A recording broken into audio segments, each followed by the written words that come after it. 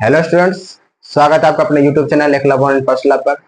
आप देख रहे हैं ये द्विघात समीकरण का सूत्र, द्विघात समीकरण का ये क्वेश्चन है स्टूडेंट्स। इस टाइप का क्वेश्चन आप लोगों के एग्जाम में 2 नंबर में डायरेक्ट पूछा जाता है। आप लोगों के लिए ये क्वेश्चन बहुत ही ज्यादा इंपॉर्टेंट है स्टूडेंट्स। आप लोग इसको बारीकी से समझने की कोशिश कीजिए, क्योंकि इस टाइप का क्वेश्चन प्रत्येक बार एक एग्जाम में जरूर पूछा जाता है स्टूडेंट्स। इसलिए आप लोग इसको बारीकी से समझने की कोशिश कीजिए। इसका सोल्यूशन करते हैं स्टूडेंट्स। देखिए यहाँ पे सबसे पहले लिखेंगे हाल,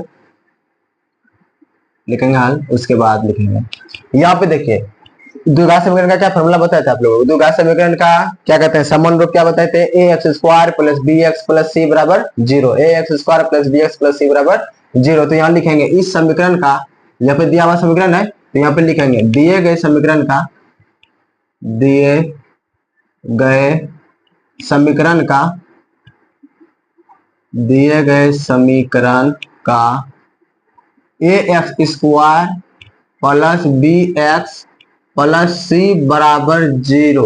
ए x square plus b x plus c बराबर कितना 0 से तुलना करने पर, से तुलना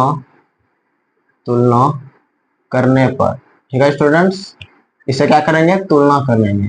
तो तुलना करने पर, इसे तुलना जब करेंगे तो यहाँ पे आप लोग देखिएगा कि ए की जगह कितना है, यहाँ पे ए है तो ए की जगह यहाँ पे कितना है 2√2 है। बी है यहाँ पे, बी की जगह कितना है √15 है, और सी की जगह कितना है √2 है।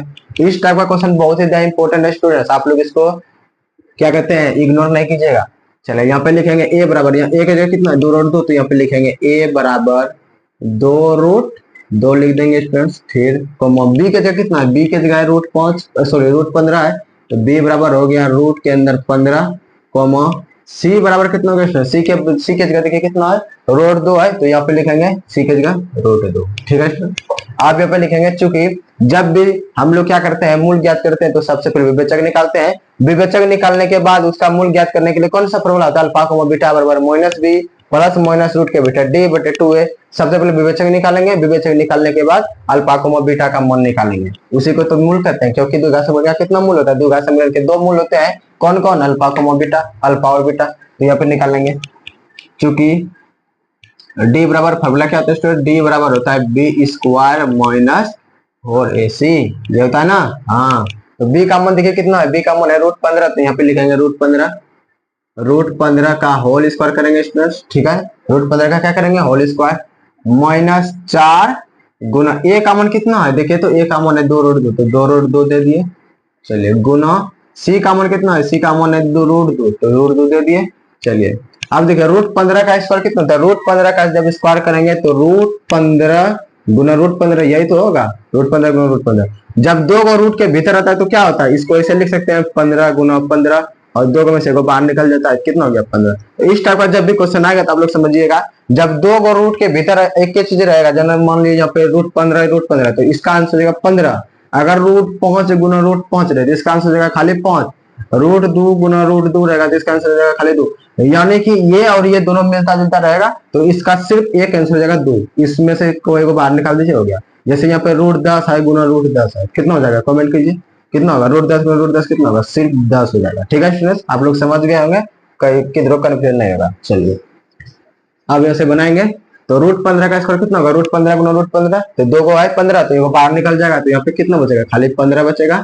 माइनस 4 दूनी 8, 8 और √2 गुना √2 कितना होता है, √2 गुना √2 2 होता है, तो 4 दूनी 8, 8 दूनी कितना हो गया 16 हो गया, 16 हो गया। इसका मतलब इसका क्या निकलेगा, विवेचक नहीं, क्या कहते हैं, मूल नहीं निकलेगा, क्योंकि डी का मान 0 से अगर बड़ा हो जाए, सॉरी 0 से छोटा हो जाए तो उसका क्या होता है, कोई वास्तविक मूल नहीं निकलता है इसको। ठीक है, यहाँ पे लिखेंगे इसीलिए डी बराबर -1 यहाँ पे लिखेंगे, चूंकि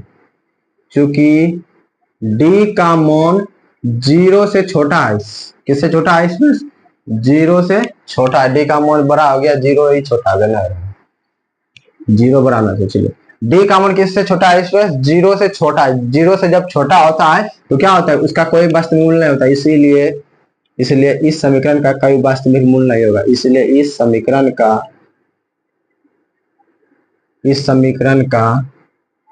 कोई वास्तविक मूल नहीं होगा। मूल तो होगा लेकिन कौन सा मूल होगा, आभासी मूल होगा, वास्तविक नहीं होगा। मूल कहिएगा तो निकाल भी सकते हैं, लेकिन आभासी मूल निकलेगा, निकालना जरूरी नहीं है, क्योंकि यहाँ तक छोड़िएगा आप लोगों को आंसर मिल जाएगा और नंबर भी 2 नंबर दे दिया जाएगा। तो ये लिखेंगे, इसलिए इस समीकरण का कोई वास्तविक मूल नहीं होगा, मूल नहीं होगा। ठीक है स्टूडेंट्स, आप लोग वीडियो पॉज कीजिए, इसको नोट डाउन कीजिए, अगले क्वेश्चन की ओर चलते हैं।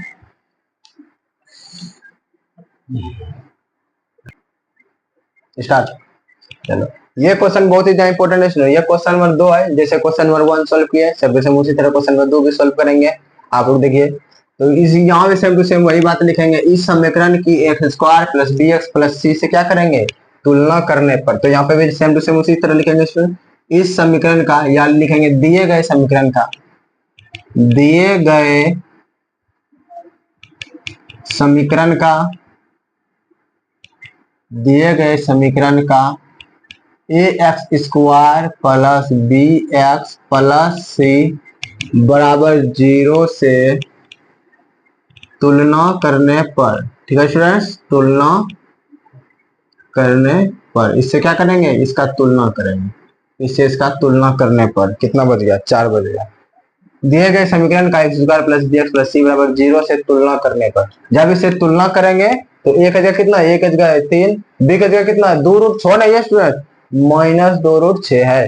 ठीक है, सी की जगह कितना है, सी की जगह 2 है।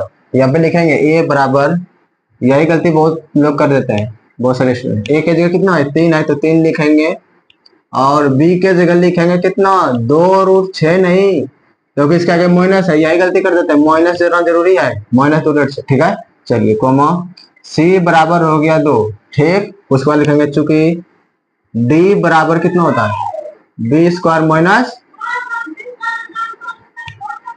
डी बराबर बी स्क्वायर माइनस 4ac बराबर, बी का मान कितना है, बी का मान है माइनस 2 रूट 6, तो 2 रूट 6 करेंगे, इसका करेंगे होल स्क्वायर माइनस 4 गुना ए का मान कितना, ए का मान है 3, तो 3 दे दिए स्टूडेंट, गुना सी का मान कितना है, सी का मान है 2, तो 2 दे दिए, बराबर 2 का स्क्वायर कितना होता है, माइनस का स्क्वायर प्लस होता है। आप लोग याद रखिएगा, माइनस का स्क्वायर क्या होता है, प्लस होता है। और 2 का स्क्वायर कितना हो गया, 2 का स्क्वायर 4 हो गया, और रूट 6 का स्क्वायर कितना हो गया, 6 हो गया, तो 4 गुना 6 कितना होगा, 24 होगा, तो 24 यहाँ लिख देंगे 24, माइनस 4 से 12, 12 दूनी 24, शून्य आ गया। डी का मान कितना आ गया, शून्य आ गया।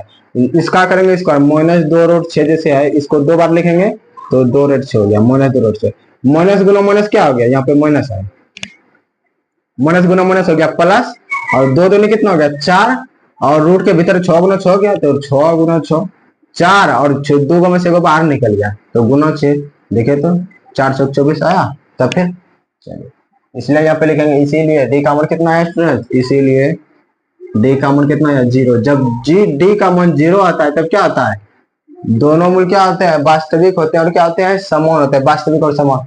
अल्फा भी सेम होगा और बीटा भी सेम होगा इस समीकरण का स्टेटस, तो देखिएगा यहाँ से निकालेंगे, इस समीकरण का मूल जो होगा दोनों सेम सेम होगा, समान, क्योंकि डी बराबर 0 जब होता है तो मूल की क्या होता है, मूल की प्रकृति होती है वास्तविक और समान। यहाँ पे लिखेंगे चूंकि अल्फा कोमा बीटा बराबर होता है, formula minus b plus minus root के भीतर डी बटे 2 है। ठीक है, चलिए बराबर, ये माइनस दे देंगे। अब देखिए बी का मान कितना है, बी का बी यहाँ है माइनस 2 रूट 6, माइनस 2 रूट 6, जब दो बार माइनस आ गया तो एक माइनस को ब्रैकेट में ले लेंगे, ले लिए, प्लस माइनस रूट के भीतर डी का मान कितना है 0, तो 0 दे दिए, बटे 2, और गुना ए का मान कितना है, ए का मान है 3, तो यहाँ पे 3 दे दिए, बराबर माइनस गुना माइनस क्या होगा, प्लस होगा, तो प्लस 2 रूट 6 और प्लस माइनस 0 का वर्गमूल 0 होगा, बटे 2 दिया 6 हो जाएगा। चलिए यहाँ से अल्फा निकालेंगे, अल्फा बराबर हो गया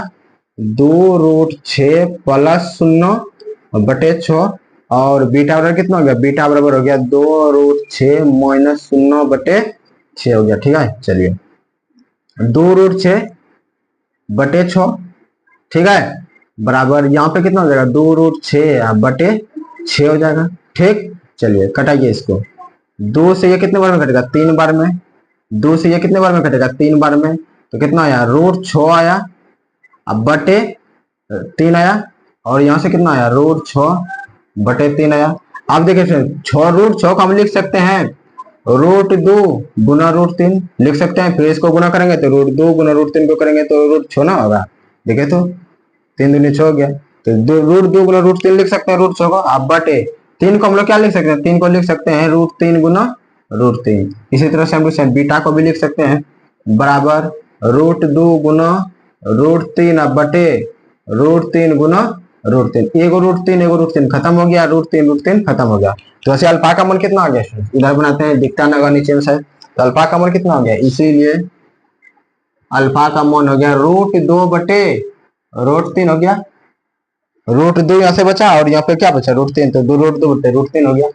चलिए, और बीटा का मान इसी तरह क्या आएगा, इसीलिए बीटा का भी मान कितना आ गया, बीटा का भी मान वही आ गया √2 बटे √3। तो आप लोगों को पहले बोले थे जब डी का मान 0 आता है तो दोनों मूल क्या होते हैं, वास्तविक होते हैं और समान होते हैं, तो दोनों देखिए तो समान समान है ना, ये ग्राफ का, तो यहाँ पे लिखेगा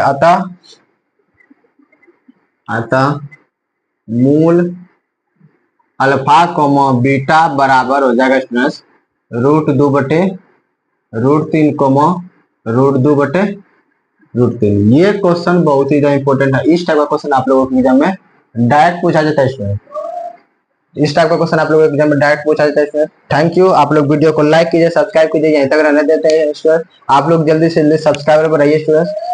थैंक यू, बाय बाय।